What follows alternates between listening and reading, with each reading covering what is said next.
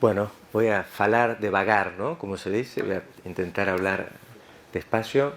Gracias, Sidney. Es para mí muy grato compartir una actividad en una universidad tan prestigiosa de un país tan importante y tan querido, salvo en el fútbol, por los argentinos.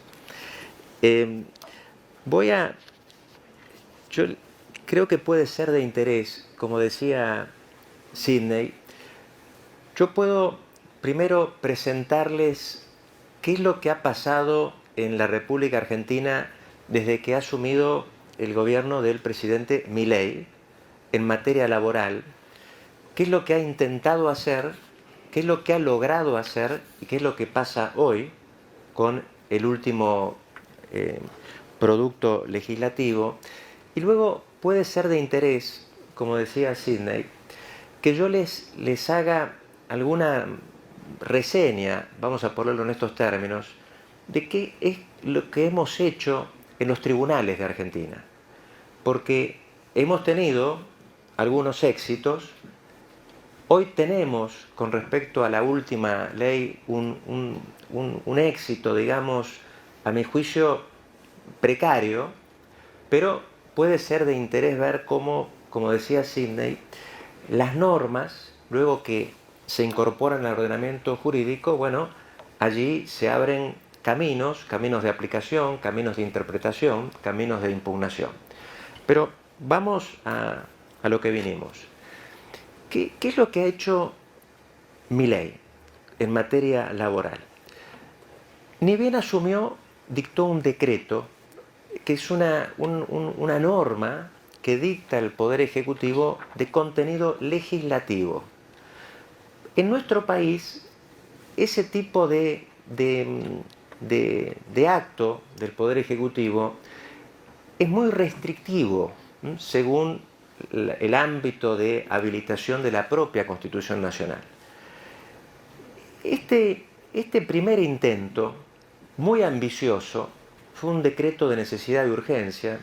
Nosotros lo conocemos como el DNU 70/23. Intentó hacer un cambio muy profundo en todo el sistema de relaciones laborales de la República Argentina. Un cambio profundo en los dos planos, ¿sí?, en que la disciplina opera, en el plano individual y en el plano colectivo. En aquel momento, como luego en los otros intentos normativos, había algunas notas, para ponerlas en términos de calificaciones.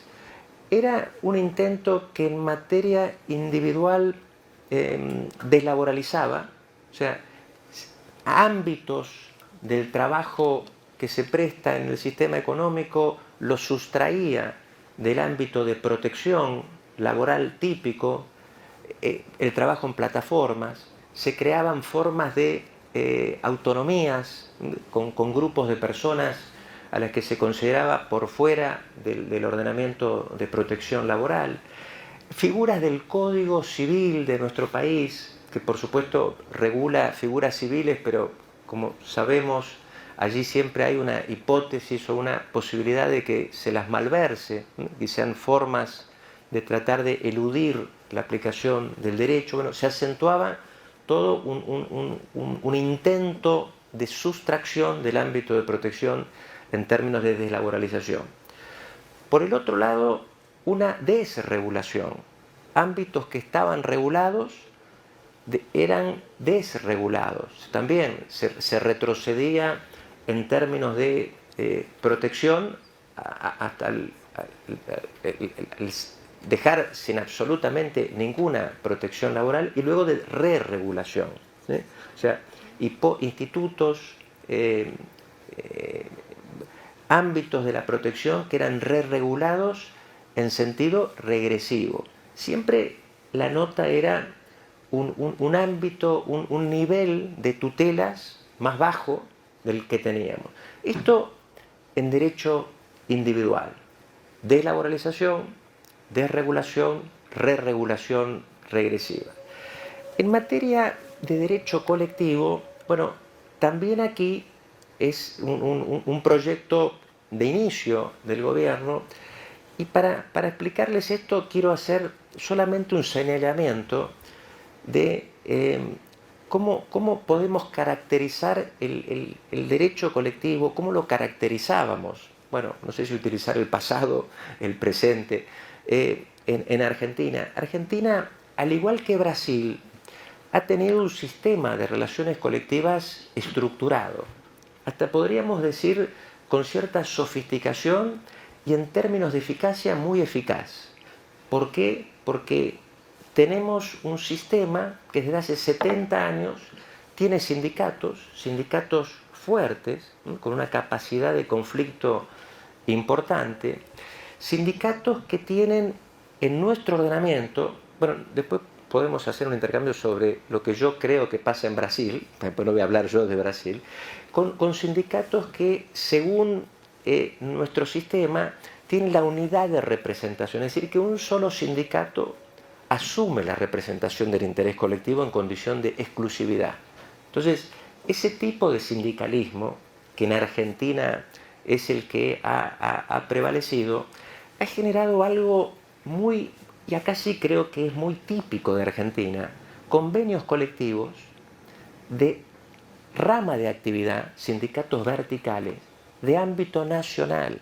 Es decir, que en Argentina los convenios colectivos predominantes son convenios colectivos negociados por un sindicato, por supuesto con la contraparte empleadora, que se aplican en toda la República Argentina. Entonces, en un país grande como Argentina, eso es una característica bien particular, porque con independencia del lugar geográfico en que se encuentre una persona que trabaja, con independencia de la dimensión de del establecimiento, de la empresa en que se desempeñe, la norma de protección es la misma. Es la misma. Y entonces eso ha caracterizado a la Argentina, y el grado de efectividad, y cuando digo grado de efectividad, digo que en Argentina, con independencia de que se le aplique concretamente a una persona que trabaja, en Argentina toda persona que trabaja en el sector privado tiene una norma de la negociación colectiva, del convenio colectivo. Hay un convenio colectivo para toda la actividad. En Argentina no hay ninguna actividad que no tenga un convenio colectivo en el sector privado. Y en el sector público de la administración nacional, todos tienen, todas, una norma que se les aplica. Y en la negociación colectiva de las provincias, casi todos la tienen, y en los municipios casi todos lo tienen. Entonces, es un sistema que uno puede decir generó resultados efectivos, concretos y valiosos. En materia de derecho de huelga en Argentina, hasta ayer, vamos a ponerlo en esos términos, Argentina era de esos países que reconoce el derecho de huelga en la Constitución. Argentina, acá sí, a diferencia de Brasil, ha ratificado el Convenio 87. Con los debates, luego podemos entrar en qué pasa en el mundo con el derecho de huelga, pero Argentina ratificó el 87, está en la Constitución, y el derecho de huelga era el principio general. Principio general, todos, en todos los sectores, en todas las actividades, se podía ejercer el derecho de huelga, y teníamos una norma que regulaba los servicios esenciales. Para ponerlo en términos de OIT, los servicios esenciales en el sentido estricto del término. Para no entrar en detalles, las cinco actividades que para la OIT admiten la prohibición, en Argentina lo que se habilitaba era una exigencia de prestaciones mínimas y una vía, ¿sí?, excepcional de calificar o identificar servicios públicos de importancia trascendental para también imponer ciertas garantías de prestación. Esto, así, en forma, digamos, muy blanco sobre negro, es lo que teníamos en Argentina. Y por supuesto, además, un sistema de tutela de los representantes sindicales muy fuerte, una especie de fuero, le llamamos, es un sistema de protección muy fuerte, tan fuerte que en Argentina los representantes sindicales no se puede... ¿Soy yo? Hola.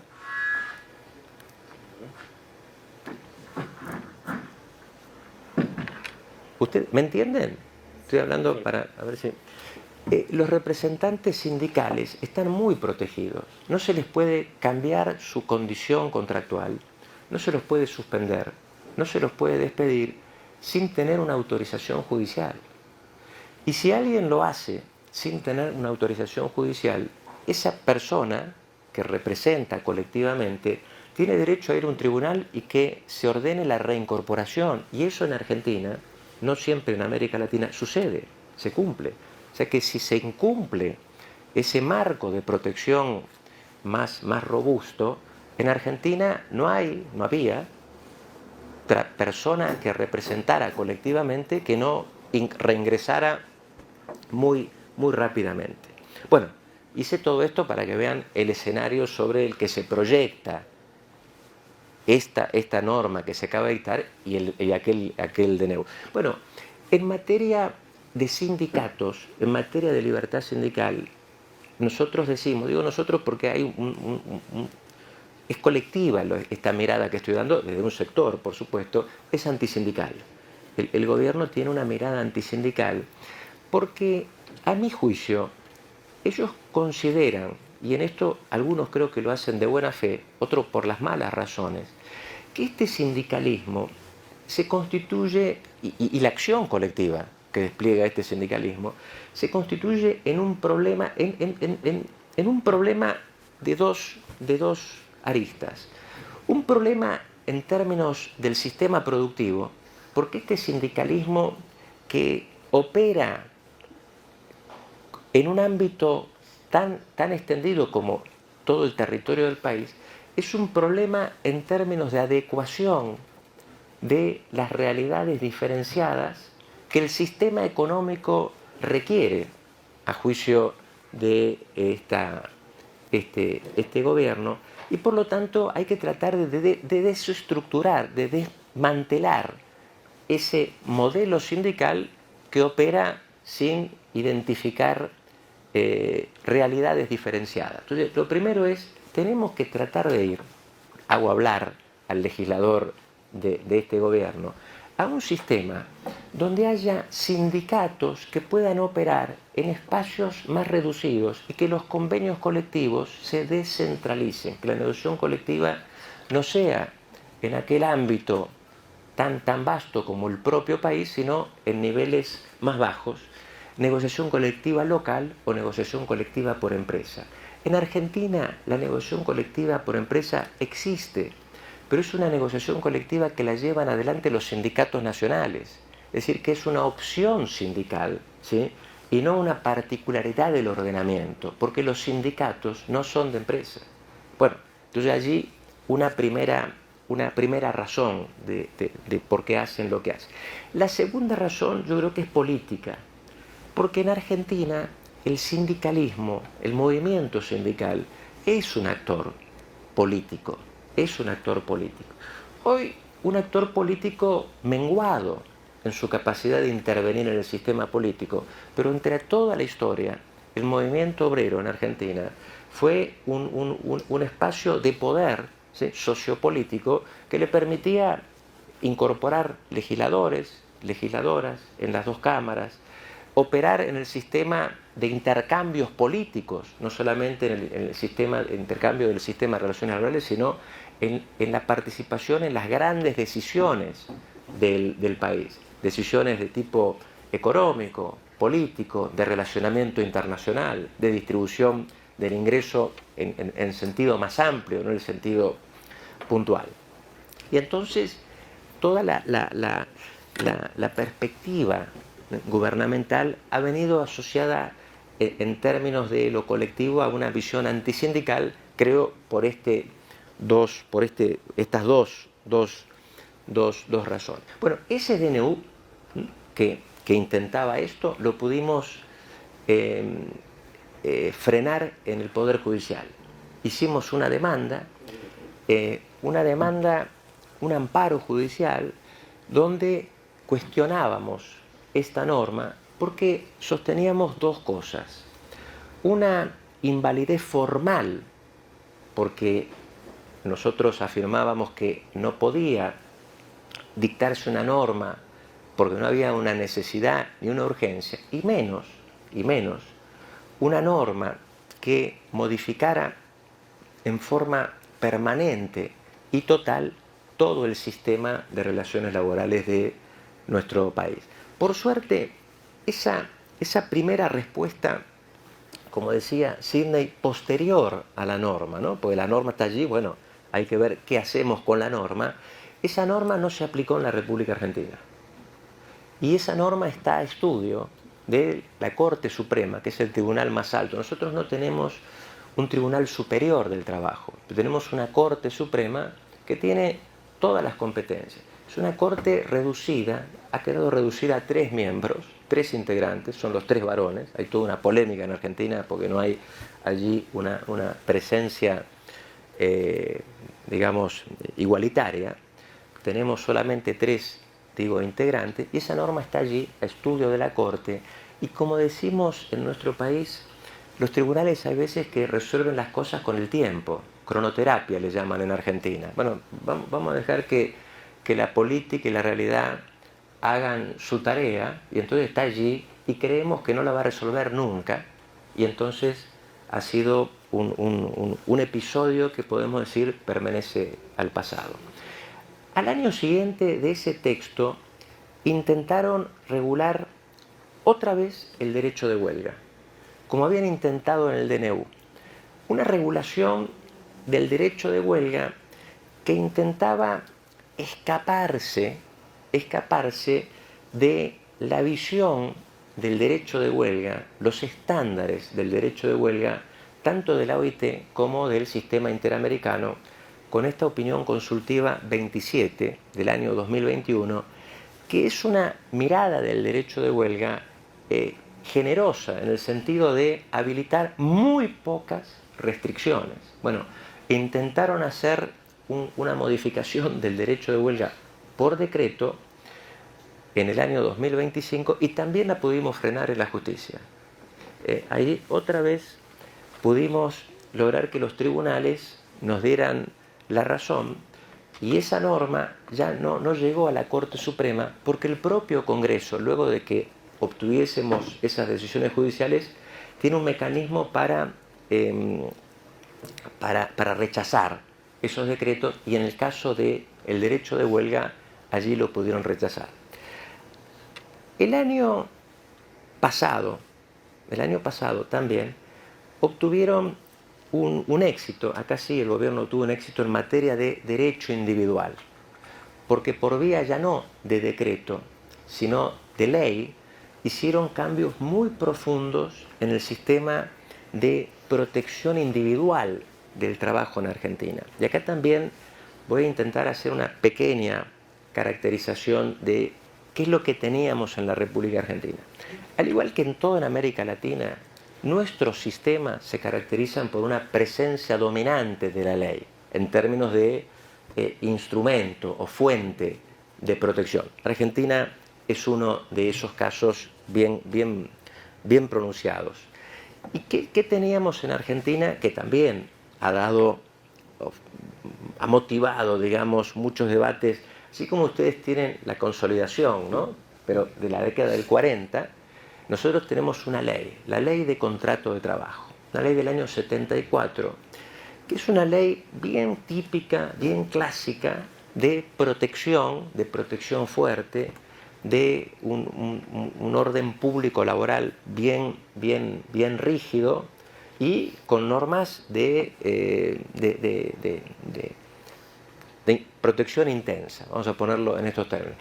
Y normas que regulan casi todo lo que se puede regular en materia de derecho individual. Es decir, que queda poco espacio, ¿sí?, para la autonomía individual y la autonomía colectiva respecto de temas no regulados. Tenemos un escenario típico de sistema de protección donde se habilita la mejora, ¿sí?, la suplementación vía autonomía individual o autonomía colectiva. Esa norma del año 74, producto de un régimen democrático, fue muy modificada, más de 127 artículos de 270, por la dictadura militar. no sé si ustedes tienen presente, Argentina tuvo una dictadura militar muy sangrienta, ¿sí? Con suspensión de la libertad sindical en lo formal y en los hechos, con muchas personas desaparecidas, muertos. Muchas de esas personas eran del movimiento obrero, y entre las cosas que hicieron, además de prohibir la huelga, intervenir los sindicatos, prohibir la negociación colectiva, fue cambiar la ley de contrato de trabajo, cambiarla, modificarla, ¿no? Se derogaron muchos artículos y se modificaron una buena parte de los otros, pero allí tenemos entonces ese texto legal es siempre el escenario sobre el que se proyectan las modificaciones. Ese texto legal había sido, como decía Sidney, bueno, tuvimos épocas de acentuación de la protección y contrarreformas flexibilizadoras, pero ese era el escenario sobre el que nos movíamos, y ese texto legal había generado en los tribunales una aplicación más pro-labor, decimos nosotros, más protectora, más tuitiva, en términos de el alcance interpretativo que le había que darle a esas disposiciones. Y ese marco interpretativo de las normas que ya teníamos desde hace 50 años generaba mucha tensión desde el sector empleador. ¿Qué es lo que sostenía el sector empleador de la República Argentina? Primero, que ese marco de interpretación que habían agregado a la disposición los tribunales era un marco que generaba litigiosidad. Es decir, que los tribunales eran demasiado concesivos con las presentaciones de quienes acudían a los tribunales para que se reconociese un derecho, y entonces allí había un problema en términos de falta de certeza desde quienes trabajaban sobre, bueno, cuáles eran las obligaciones concretas, ¿sí?, que tenían respecto de los trabajadores.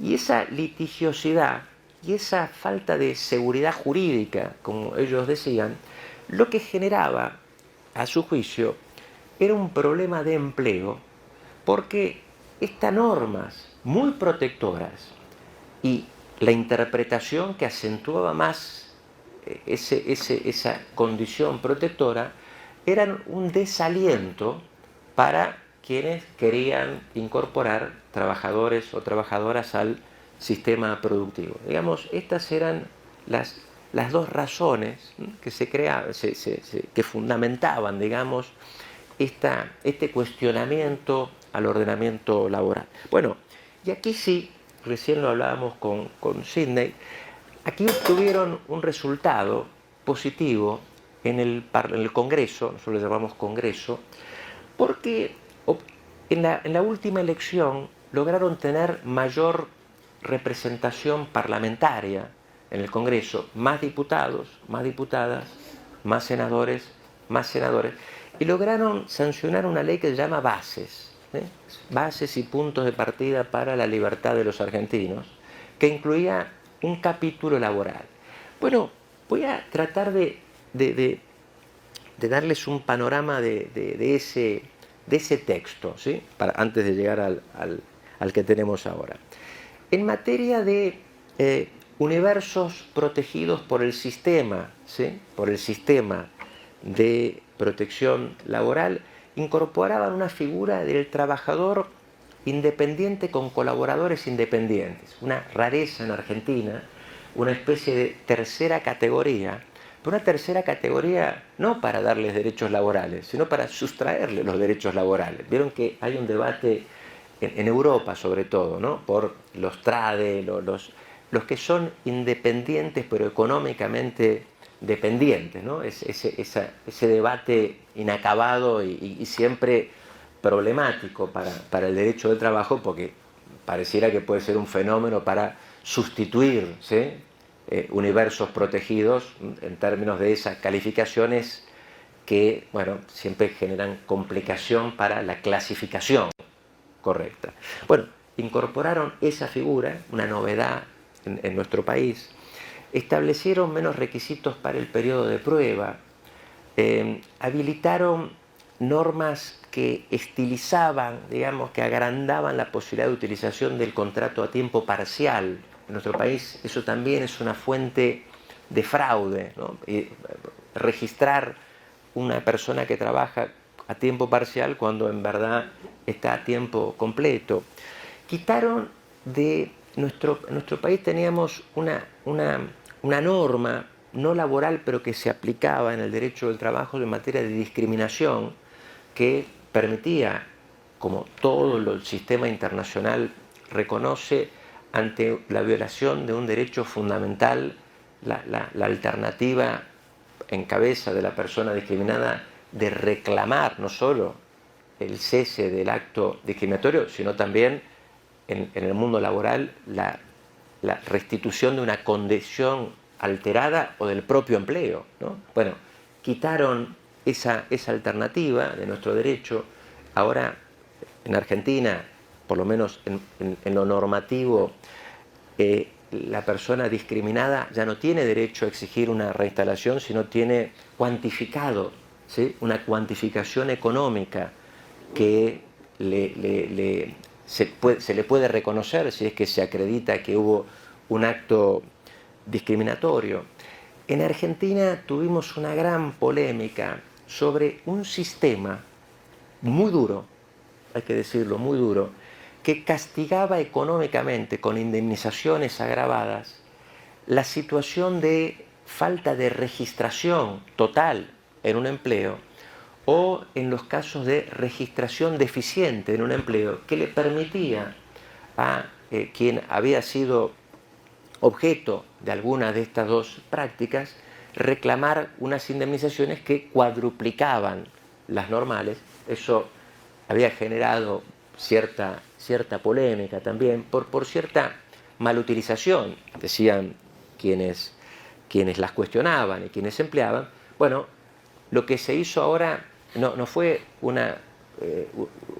reconocer una variante intermedia, sino que se las derogó absolutamente. Y entonces en Argentina hoy no hay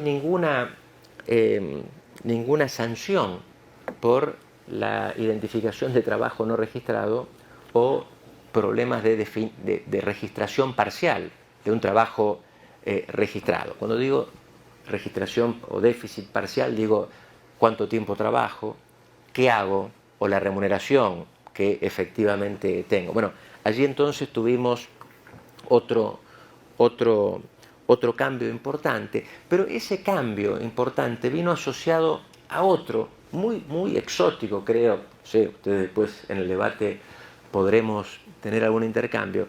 En Argentina siempre se sostuvo, es lógico creo yo, que quien emplea es quien recibe la prestación. El empleador, ¿sí?, el empleador real es quien recibe la prestación. Y hasta esta ley, la ley bases, no la última, eso era así en Argentina. Y si alguien contrataba y registraba, pero la prestación la recibía otro, se consideraba que no estaba registrado. Y eso daba lugar a esa aplicación de ese sistema de indemnizaciones agravadas. Bueno, para resolver ese tema, lo que hicieron ahora en Argentina, el que registra es empleador, y eso es legal, con independencia del universo productivo al que se incorpore esa prestación. Es decir, que yo puedo, para poner un ejemplo, podría anotar a todo este grupo de profesores y de estudiantes como trabajadores míos, con independencia de que ustedes realizaran tareas en cualquier otro establecimiento, y en Argentina hoy eso está habilitado. Bueno, como ven ustedes, un panorama, tampoco tiene sentido que les exponga todo, un panorama en términos de lo que implicó ese texto, y ese texto no lo cuestionamos, ese texto no incluía normas de derecho colectivo. La última norma es la que acaba de salir sancionada.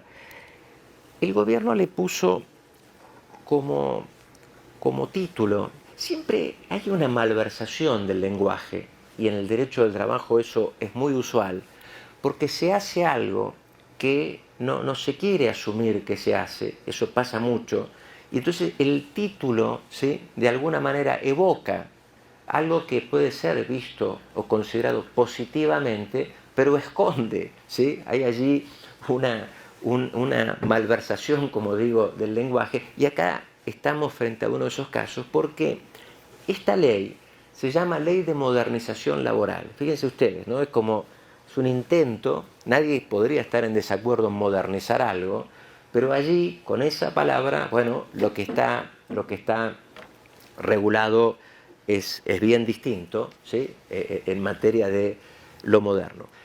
Primero, ¿qué creería cualquiera persona interesada en política normativa o en relaciones laborales de cualquier país del mundo, creo yo? Siempre hay una preocupación legítima, creo que es legítima, y acentuada en procesos o en contextos de cambios tan vertiginosos como el que tenemos en el mundo, de que el ordenamiento siga cumpliendo su finalidad, su función, Palomeque, ¿no? Bueno, ¿para qué está el derecho del trabajo? Es para proteger, para compensar parcialmente, dice Palomeque, ¿no? Esa idea de, bueno, intentemos normativamente generar un espacio de compensación contingente, siempre determinado por circunstancias, por ciertas prevalencias políticas de quien tiene esa capacidad de imponerlo, pero intentamos compensar parcialmente, juridificar un conflicto, y para eso el ordenamiento tiene que encontrar el modo de hacerlo en función de cómo se organiza el sistema productivo, las circunstancias de contexto, más que trascienden el propio país, y la novedad tecnológica, porque también efectivamente eso está allí. Y entonces uno creería que la preocupación actual debería estar más encaminada a ver qué hacemos con la gestión algorítmica, qué hacemos con la privacidad, la protección de datos, el teletrabajo, la inteligencia artificial. Uno creería que por allí debería haber una legítima inquietud, y eso está ausente de este texto. No solo está ausente, sino que teníamos una regulación del teletrabajo que ha sido derogada. Es decir, que esta ley lo que no trae, ¿sí?, es ninguna regulación, ninguna norma que se vincule con lo moderno en términos tecnológicos. Lo que sí trae, ¿sí?, lo que sí trae es de alguna manera un revival, ¿sí?, es un renovado intento en términos de, como decía, deslaboralizar, desregular y reregular. Acá lo que ha hecho Argentina es acentuar eso que comenzó con lo que yo les comentaba, esa ley bases, ¿sí?, que efectivamente ya habían regulado.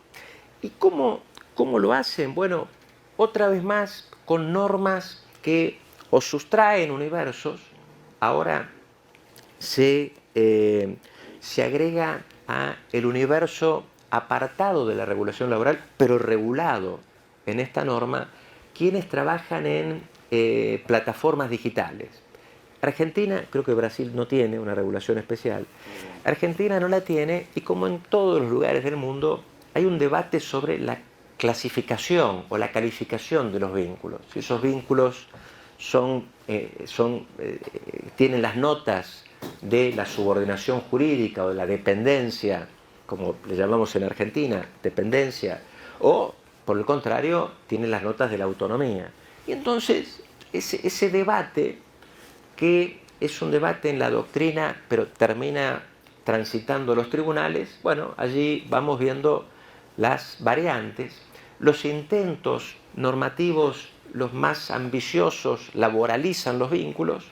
Los menos ambiciosos permiten que los vínculos puedan ser considerados autónomos o dependientes o subordinados, como creo que va a ser la norma de la OIT. Bueno, Argentina es, yo creo que una variante excepcional. Dice, todos los vínculos son autónomos, son independientes. Entonces, reconoce, yo creo que es una novedad mundial, reconoce el derecho a que el trabajador sea considerado independiente. O sea, en la norma laboral se reconoce el derecho a ser considerado independiente. Y por supuesto, se lo sustrae de todo el ordenamiento laboral de manera radical. Allí no puede.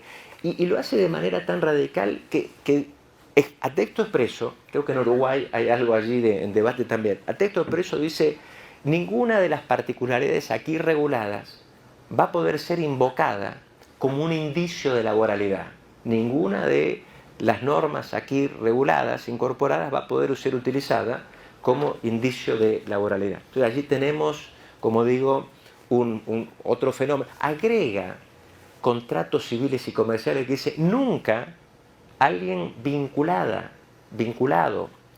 a otro o a otra por un contrato regulado en el derecho, en el Código Civil y Comercial, va a poder ser considerada o considerado alguien subordinado o dependiente de otra persona. Pero lo hace manu militari, decimos nosotros. Por supuesto que si alguien está en el ámbito de un contrato civil, no está en un vínculo laboral, pero puede ser, como decíamos, primacía de la realidad le llamamos, no sé, usted aquí también. Dependerá, lo formal cede ante la realidad de los hechos. Bueno, allí se ha intentado poner un fin, un quietus a esa situación. Voy a intentar, soy un poco largo yo para hablar, tengo una tendencia a extenderme, voy a intentar cumplir con lo prometido, voy a tomar 10 minutitos más, ¿sí? 45, entonces voy a tomarme. Bueno, entonces tenemos allí una acentuación de lo que ya habíamos comenzado con anterioridad. Teníamos sistemas de concurrencia normativa, pero en sentido pro-labor. Por ejemplo, el trabajo de casas particulares, las personas que trabajan en los hogares. Tenemos una ley especial y la ley especial decía, en todo lo que sea compatible se aplica la ley general. Bueno, dijeron no. Se aplica la ley general solamente cuando la ley especial expresamente lo diga, ¿no? Maneras de regular también en sentido regresivo. Un tema siempre polémico, la solidaridad en el derecho del trabajo, ¿no? ¿Qué ocurre con empresas que subcontratan, deslocalizan, están vinculadas como grupo económico? Bueno, limitan todo eso, un corte radical con la solidaridad queda muy menguada, reducida a hipótesis muy específicas, y hay una clara regulación regresiva allí. En materia de intereses, bueno, se permite pagar en cuotas las sentencias laborales, se permite pagar en cuotas las sentencias laborales, se permite el trabajo a tiempo parcial. Ahora nos vamos a un sistema a la inglesa, podemos tener un contrato de 0 horas, ya no hay un límite, tampoco un máximo. Puede uno tener un contrato a tiempo parcial de 7 horas, de 1 hora, de 3 horas. Antes teníamos un esquema, menos de 2/3, pero si era más de 2/3 había que considerarlo a tiempo completo. Bueno, digamos, no tiene sentido que revisemos todas las normas, pero todas con esta perspectiva. Y en derecho colectivo, acá sí, mañana es lo que voy a exponer en el seminario. En derecho colectivo, la antisindicalidad expresada en su forma más ambiciosa. Digo yo, no había modo más ambicioso de hacerlo que como lo hicieron. Y genera muchos problemas en términos del debate judicial, que hasta ahora la tenemos frenada la reforma con una medida cautelar, toda la reforma, absolutamente toda, todos los artículos del derecho laboral. Pero en materia colectiva van, como decimos en Argentina, al hueso. Cuando decimos van al hueso es van al punto, ¿sí? al centro de gravedad del sistema. Porque tienden a estimular la conformación de sindicatos de empresa y habilitan mecanismos para que la negociación colectiva, a pedido de cualquiera de las contrapartes, se haga no en el nivel de rama nacional, sino a nivel local. Entonces, aquí tenemos un ajuste en términos de lo que nuestro sistema estimulaba de sentido contrario. Estimulamos el sindicato de empresa, facilitamos la negociación colectiva en niveles inferiores y para que el sistema tenga una válvula que cierre la finalidad en materia de concurrencias conflictivas, ¿sí?, de convenios colectivos de trabajo, cuando hay un convenio de ámbito mayor y un convenio de ámbito menor, ¿cuál prevalece? ¿No? Esas reglas siempre también polémicas en los sistemas de derecho colectivo, se altera toda los antecedentes de nuestro país, donde, hay que decirlo, había pocos problemas concretos, pero por las dudas la regla decía: la que prevalece es la de ámbito mayor, la invierten. La que prevalece ahora es la de ámbito menor, con independencia de la temporalidad del convenio. Siempre prevalece la de ámbito menor. Un convenio menor que preexistía del ámbito mayor, o un convenio de ámbito menor que sucedía a uno de ámbito menor. Siempre, con independencia de la temporalidad de los ámbitos de vigencia de los convenios, prevalece el de ámbito menor. Entonces tenemos aquí un impacto muy notorio. Además, en Argentina, no sé en Brasil, después me gustaría tenerlo bien claro, en Argentina tenemos estas cláusulas de solidaridad o de seguridad sindical, como se las conoce, que son cláusulas que tienden a fortalecer la capacidad de acción colectiva del sindicato o la conformación del patrimonio del sindicato. Son lo que los estadounidenses han llamado los free riders, ¿no? La justificación, bueno, si alguien se beneficia con la acción colectiva que despliega un sindicato o con el resultado de esa acción colectiva, bueno, moralmente está obligado o está obligada a de alguna manera a hacer algún aporte a eso de lo que él disfruta, lo que ella disfruta. Bueno, en Argentina así era, siempre ha sido considerado así, y tenemos en los convenios colectivos, hoy diría de manera extendida, esas cuotas de solidaridad que establecen un monto económico que pagan quienes quedan abarcadas en el ámbito de aplicación de un convenio colectivo, pero no están afiliados al sindicato que lo suscribió. Entonces, quienes no están afiliados al sindicato tienen que hacer un pequeño... Y esas cláusulas, al igual que las cláusulas normativas, las que se aplican a los vínculos, a las relaciones de trabajo, sobre las que se proyecta el convenio, en Argentina, hasta ayer, se les aplicaba esa regla estatal de ultraactividad. Vencido el plazo de vigencia, la norma sigue subsistiendo hasta que otra norma venga a suplantarla, con la idea siempre de que la norma que la suceda, iba a ser siempre igual o mejor, porque así ha funcionado el derecho del trabajo, con la idea de un incesante, si digamos, pero regular, proceso de mejora de los estándares laborales. Por eso la idea de la ultraactividad en general en Argentina gozaba de buena salud, hasta este gobierno. Ahora, las cláusulas de solidaridad no son más ultraactivas. Es decir, que cada sindicato, cada asociación sindical tendrá que negociarlas en cada oportunidad. Y el gobierno se reserva la facultad de deshomologar, de dejar de reconocer vigencia a convenios colectivos que ya están negociados. Se tiene un año para deshomologar convenios. También una cosa extrañísima, por supuesto contraria a todos los convenios internacionales del trabajo que no aceptan una intervención estatal en ese espacio de autonomía colectiva ejercida y concretada en un convenio colectivo de trabajo. Bueno, la protección de los representantes, ya no se protege a los suplentes. A los delegados, a los órganos deliberativos tampoco se los protege solamente durante el tiempo del mandato, o sea, 2 días, 3 días. Fíjense ustedes, allí también hay todo un ámbito de deterioro muy significativo. Y finalmente la huelga, y ahora sí voy a intentar concluir, la huelga, que como yo les decía, tenía una regulación bien protectora y muy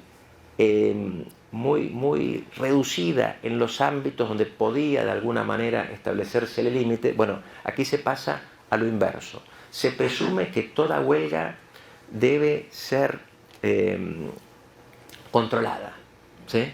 Y por lo tanto, del principio de todo está permitido, todo está prohibido, digo yo, en sentido, por supuesto, con cierta ironía. ¿Por qué? Porque incorporan la clasificación de servicios esenciales en el sentido estricto del término, bueno, ampliándola de una manera desmesurada. En vez de 5 tenemos 9. Y a diferencia de nuestro sistema que decía, bueno, vamos a ver qué prestaciones hay que garantizar, ahora se establece un número mínimo de prestaciones, 75%. Cualquiera sabe que si se garantiza el 75% de las prestaciones, algo seguro tenemos, la huelga no va a ser eficaz, ¿sí? Si yo tengo que garantizar el 75% de las prestaciones, por lo menos esa huelga no va a llegar, no va a permitir ninguna capacidad de generar una negociación, un resultado. Y por el otro lado, extienden al infinito lo que es una categoría que en la OIT se creó por Argentina, por un caso de Argentina, la de los servicios públicos de importancia trascendental. El gobierno le saca público y dice los servicios de importancia trascendental, los enumera, incluye los hoteles, los restaurantes, la gastronomía, toda la cadena alimenticia. En estos servicios se deberán garantizar por lo menos el 50% de las prestaciones. Fíjense ustedes la enormidad. O sea, todo el universo, el 65-70% de la actividad productiva de la Argentina está capturada por estas restricciones. Y finalmente, en Argentina tenemos una comisión de garantía que yo integro, que es una comisión con Marcos, con Néstor Marcos, un amigo, que es por el mundo sindical nosotros, es una comisión de garantías que hasta ayer teníamos como facultad, con los empleadores y el gobierno, tripartita, de calificar una actividad no identificada en el texto legal, para decir, bueno, en esta actividad ustedes deberán garantizar tales prestaciones. Bueno, ya no tenemos más esa facultad. Ahora tenemos la facultad de asesorar al gobierno, que es el que va a decidir cuáles son las actividades que deben ser objeto de las restricciones por haber sido calificadas o caracterizadas como actividades de importancia trascendental. Le sacaron toda referencia a la OIT, porque en Argentina los tribunales de nuestro país utilizan los antecedentes, las observaciones de la Comisión de Expertos o las recomendaciones del Comité de Libertad Sindical como fuente de interpretación del alcance de la norma internacional. En nuestro país la norma internacional tiene jerarquía en un grupo de tratados, una jerarquía constitucional, y en otro grupo de tratados una jerarquía supralegal. Es decir, que en Argentina se ejerce activamente ese control de convencionalidad, pero se sujeta a la aplicación de la norma internacional al alcance que se le haya dado en el sistema a la que ésta esté incorporada, en el caso de la OIT, la Comisión de Expertos. Bueno, esto es lo que tenemos. No hablé del juicio, pero me gustaría que sea más rico el intercambio. Digo, no sé si les pude dar un panorama, ¿sí? Yo sé que hablar del ordenamiento de otro país siempre es complejo. Intenté ser lo más esquemático y didáctico posible. Espero haberlo logrado. Gracias por tan respetuosa atención. Les agradezco mucho.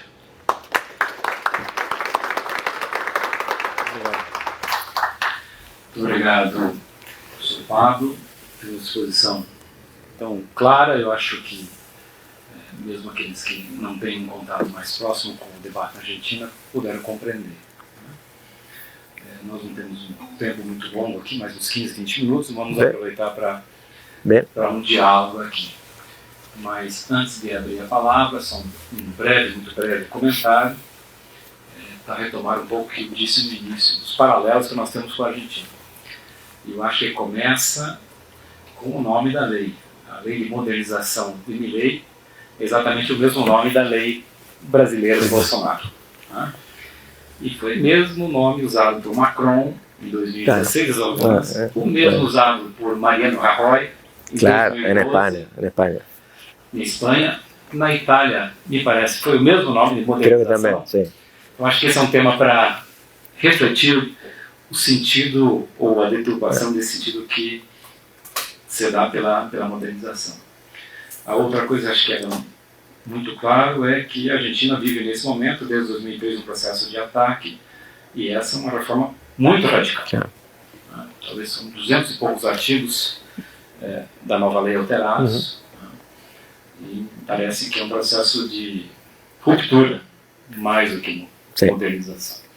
Bom, vamos abrir um conjunto de perguntas para a gente prestigiar e aproveitar um pouco o professor. Quem tem? Vamos, professor Leonardo primeiro, depois André. Então vamos passar. Só peço para que sejam muito breves, porque nós temos que desocupar o espaço aqui às 10 horas. Leonardo, se puder usar o microfone. Acho que isso está funcionando agora. Tá. Agradeço ao professor Topé a oportunidade de dialogar e ao professor Sidney que organizou esse evento.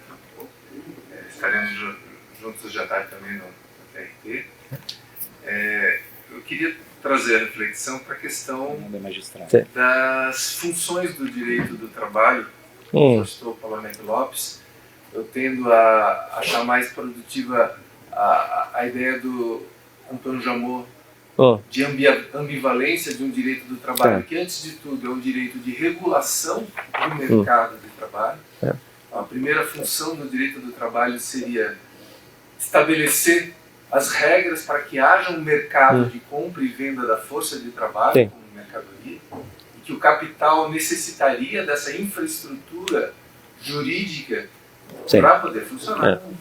Claro que para poder fazer isso também se criava um horizonte de conquista de direitos pelos trabalhadores, para que os trabalhadores também lutassem pelo direito do trabalho, e nisso constituiria a ambivalência do direito do trabalho. O que as últimas décadas têm nos mostrado é que a impressão que nos dá é que o capital abandonou a necessidade de uma regulação pública do trabalho com esta característica de colocar um marco regulatório público do mercado de compra e venda da força de trabalho, para que não houvessem déficits regulatórios que fossem disfuncionais ao capital, na medida em que conseguiu substituir essa infraestrutura jurídica pública por grandes aparatos de uma infraestrutura regulatória privada imposta unilateralmente por grandes corporações que passam a dominar os seus ecossistemas de atuação a partir dos seus próprios regulamentos privados que são impostos tanto aos atores sociais quanto aos próprios países. É isso mesmo que nós estamos vendo, quer dizer, nós estamos vendo esse deslocamento, por isso essa fuga, essa deslaborização, não só uma redução dos patamares de regulação, mas propriamente uma substituição do modelo de regulação do próprio direito do trabalho que nós conhecemos, com as suas diferentes vertentes, por algo muito distinto, que é essa espécie que alguns autores estão falando de um neofeudalismo econômico. O que o professor pensa disso? Obrigado, Leonardo. Vamos... Não, gostaria de fazer um pacote, nós temos pouco tempo aqui, se pudéssemos já fica mais consta tomar nota. Só, André, peço que possível, brevemente. Professor, lapicera. Pablo, primeiro, parabéns pela sua palestra. Eu tenho uma questão um pouco mais comparativa de interesse da minha própria tese, que é a seguinte. O professor até citou aqui a resposta que o judiciário na Argentina vem dando, a reforma. A nossa reforma foi em 2017, antes da pandemia, e acho que se ela tivesse sido feita depois da pandemia, ela teria incluído pontos que não foram incluídos na nossa reforma, como a regulamentação do trabalho plataformizado, como a Espanha fez, com a lei Rider, ou a questão do trabalho que a gente chama aqui de pejutização, quando o trabalhador constitui uma pessoa jurídica para prestar trabalho. Como nós temos a mesma tradição da civil law, a gente acabou tendo uma resposta do nosso Poder Judiciário, principalmente da nossa Suprema Corte, que foi no sentido de excluir da proteção trabalhista, principalmente no caso do Uber, essas situações, a proteção desses trabalhadores que prestam trabalho por meio de plataformas, por meio de e-mails. Paralelamente, a gente fez um discurso ideológico, a gente ouviu muito no Brasil um discurso ideológico no sentido de que o Brasil tem uma justiça específica, custosa, e isso não acontece nos Estados Unidos. Eu fiz um estudo recente, e nos Estados Unidos, vou abreviar, as cortes estaduais, e cito aqui a Suprema Corte da Califórnia, tem uma decisão em 2020 reconhecendo o direito de trabalhadores que prestam trabalho nesse formato a agentes trabalhistas, considerando eles empregados. Então, assim, é um sistema que é totalmente diferente e que vem reconhecendo nas cortes estaduais esse direito desses trabalhadores. E eles não passaram por nenhuma reforma trabalhista. E a lei que regula o trabalho lá é da década de 30. Eu não sei como é que isso está acontecendo nos tribunais da Argentina, não sei se a reforma trabalhista na Argentina abordou esses critérios. Eu gostaria de ouvir do professor, então, algo sobre essa questão. Vamos lá para mais uma ou duas, muito vontade, gente. Você vai fazer a pergunta? Não? Eduardo, não? Bom, então vamos devolver aqui um conjunto de duas grandes questões. Lamento que nós não temos muito tempo, talvez no máximo 10 minutos. Bueno, claro. Esto de la ambivalencia es como el pacto implícito social, ¿no? Reconocemos el derecho de una empleadora a tener un poder jurídico sobre otro, pero le ponemos límites, ¿no? Esta idea de esa arquitectura jurídica que le dio protección a los trabajadores y legalizó el poder del capital. Sí, yo creo que está puesta en entredicho. Hay una tensión, me parece, en eso. Hay como un reclamo o un retroceso en el término de reconocer que el sistema tiene derecho a poner límites, y hay un proceso, bueno, yo no lo dije, pero quizá debería haberlo también marcado por esto de individualización, ¿no? Que en nuestro ordenamiento, en la reforma, también está allí. De hecho, en la exposición de motivos habla de revalorizar la autonomía de la voluntad individual. Yo creo que hay un proceso en eso, yo creo que sí hay un proceso. Es verdad que las multinacionales de alguna manera por allí van marcando un sentido. En Argentina este gobierno es posible que vaya con esa perspectiva. Todavía el texto legal se detiene en ese fenómeno. Iríamos a una estructura donde ya el derecho del trabajo perdería, para utilizar una terminología de Palomeque, perdería su razón de ser, ¿no? Pero es verdad que en el debate aparece, si antes era el término de cuánto protegemos, ¿qué pasa con el empleo, ¿no? Pasa a ser un debate más sobre el empleo que sobre el nivel de protección. Pero ese es un debate que ya tiene sus décadas, ¿no? Que se va acentuando. En Argentina, quiero agregar algo más, no lo dije antes. ¿Por qué el sindicalismo ha perdido capacidad de representación o fuerza en la representación? Porque la estructura del mercado de trabajo se ha, digo yo, latinoamericanizado, porque tenemos un universo muy importante de trabajo no formalizado, pero con ese universo de personas que trabajan, que yo creo que nunca va a tener un trabajo, la economía popular le llamamos, no sé aquí cómo se le llama. Entonces, es una economía a la que le sobran personas. O sea, el sistema económico pareciera que sobran personas, y entonces la representación colectiva se proyecta en Argentina sobre la mitad de la estructura productiva. Pero bueno, me estoy yendo de allí. Yo creo que hay un proceso más acentuado donde el derecho del trabajo ya se proyecta más o se piensa más en términos de cómo regulamos el mercado en términos económicos.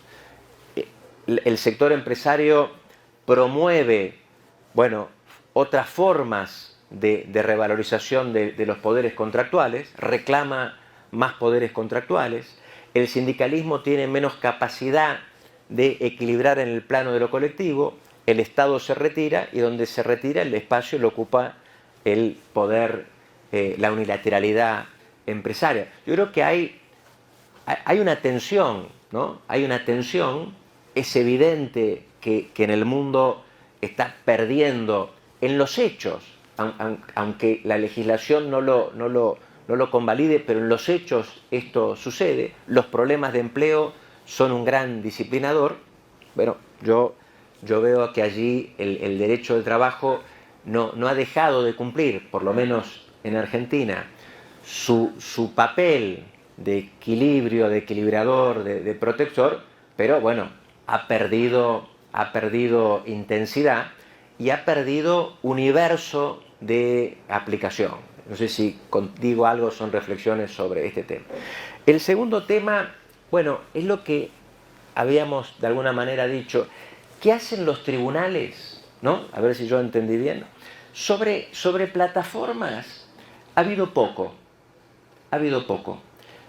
Lo poco que ha habido, ha dicho, es laboral, pero claro, llegan esos casos donde trabaja 8 horas por día, los 7 días de la semana, ha dicho, allí hay laboralidad. Acaba de salir un caso interesante en Argentina, no sé si entendí bien, pero en Argentina las decisiones más importantes se toman en la Corte Suprema o en los tribunales de la Ciudad de Buenos Aires, que también aquí el gobierno la quiere disolver. De hecho, ha hecho un acuerdo para disolver los tribunales de la Ciudad de Buenos Aires, porque entiende que la interpretación luego replica en el interior del país. Entonces literalmente está disolviendo la Justicia Nacional del Trabajo, crea otros tribunales, pero dijeron, como no podemos con esto, vamos a disolverlo. Ahora, ¿qué ha pasado en Argentina? Y esto es interesante. En materia, bueno, como decía, en materia de los textos anteriores los logramos frenar. Este también, pero este es una ley.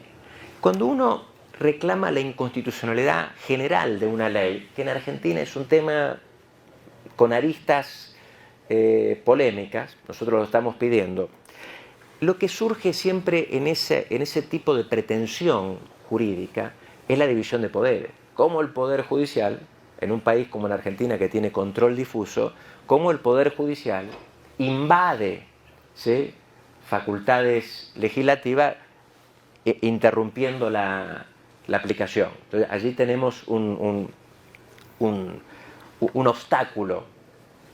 Hasta el momento lo tenemos frenado. Pero digo, con respecto a qué hacen los tribunales. Un tribunal importante de la provincia de Buenos Aires, que es como el estado más importante, acaba de habilitar, de reconocer que la autoridad administrativa del trabajo, esto siempre es un tema, no sé, en Brasil, está capacitada para, a través de indicios, establecer la clasificación de los vínculos. En Argentina eso se decía que no, que uno podía sancionar administrativamente un empleo claramente no registrado, pero claramente calificado como empleo en relación de dependencia, pero no que la autoridad administrativa no tenía derecho a establecer situaciones ambiguas, a establecer la clasificación. Bueno, lo acaba de hacer la provincia de Buenos Aires, le ha reconocido al Ministerio de Trabajo esa facultad y ha establecido, con una norma que uno podría decir es una pauta general, que todas las personas que realizan tareas de reparto de mercadería, no Uber. En Argentina no tenemos Uber todavía. Tenemos uno que es Cabify, pero pero las de tareas de reparto, no sé acá cuáles están, Pedido Ya, Uber, Uber Eats, Globo, Rappi. Bueno, esas tareas son en relación deben ser consideradas relación de dependencia. No sé si respondí algo de esto, ¿no? Pero los tribunales, como decía Sidney, es muy importante, por eso es importante la academia también, la doctrina, porque la doctrina interactúa con los tribunales, ¿no? Son influencias recíprocas. Los tribunales generan estándares y la doctrina intenta hacer dogmática jurídica, pero también hay una tarea de reflexión académica que luego replica, es recogida, por supuesto. Los tribunales hacen su tarea con mediaciones específicas, especiales, pero digo, hay un juego. Por eso es muy importante, creo yo, esa tarea de la academia en este momento, donde todo ha sido puesto en entredicho. No sé si... Muito obrigado, professor Pablo. Eu acho que esse debate, como nós percebemos, é muito mais que um debate legislativo, técnico, é um debate muito mais profundo e é um tema que nos interessa muito aqui no Brasil, do ponto de vista, claro, acadêmico, comparativo, mas exatamente o que eu disse no início, desse processo de reconfiguração das instituições públicas do trabalho que nós estamos vivendo. Certamente nós vamos continuar acompanhando, estudando e em outras oportunidades dialogar com o professor Pablo será uma enorme satisfação. Nós temos que encerrar esse debate por uma questão de horário, mas certamente continuamos em outros espaços. Eu quero finalmente agradecer demasiadamente ao professor Pablo por nos brindar com essa exposição e também agradecer a assistência da plateia e declaro encerrada essa atividade.